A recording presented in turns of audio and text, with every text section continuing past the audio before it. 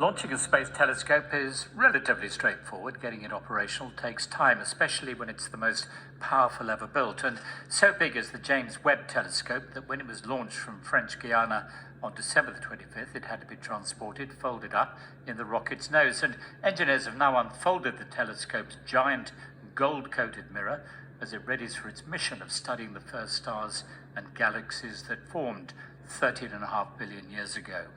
Leroy Chiao is a former NASA astronaut and International Space Station commander and is on the line now. And Leroy, some mirror this, or should I say collection of mirrors? So the mirrors consists of several different segments, and they unfold to form one large mirror. And the great news is that today NASA completed that process, and they all appear to have come into the right position. And so James Webb is that much closer to being operational, which is very exciting.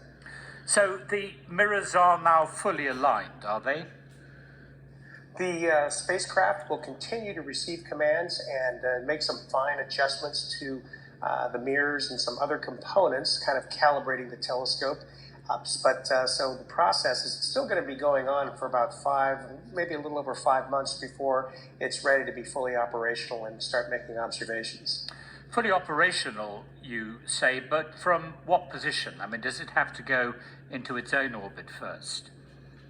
Yes, so the telescope is what we call it the L2 or second Lagrange point between the Earth and the Sun.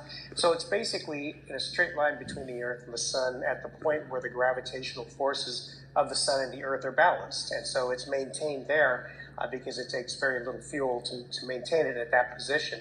So from that position, it's important to be at that position because the mirror of the telescope is cryo-cooled. That is, it is cooled with cryogenic fluid down to a very low temperature, which enables it to look at infrared signals coming from those great distances, much farther than any telescope prior. And if it's close to something warm, like the Earth, then of course that would interfere with those observations. I mean, it's being said that this telescope will tell us something about the beginnings of the universe. Is that the case?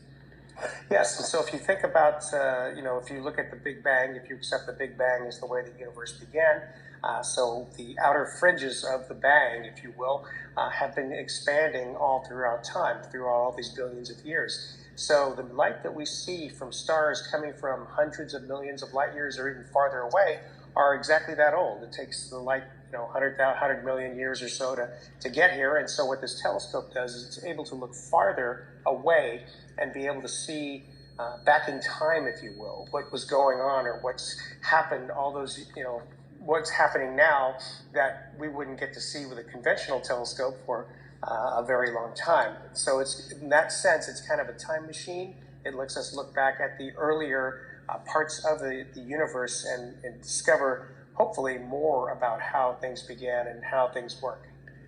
I mean, you said how long it takes for the light from some of those distant objects to reach Earth, but how long will it be before scientists can study images from the telescope's scrutiny of the distant universe?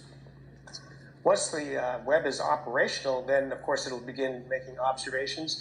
And so as soon as those observations are made, the data can be sent back to Earth and then analyzed by the scientists. So I expect once it's operational, we'll start very quickly getting some very spectacular results from the telescopes once the scientists have had a chance to analyze and study the data that comes back. Mr. Chiao, many thanks. Leroy Chiao, former NASA astronaut and International Space Station commander.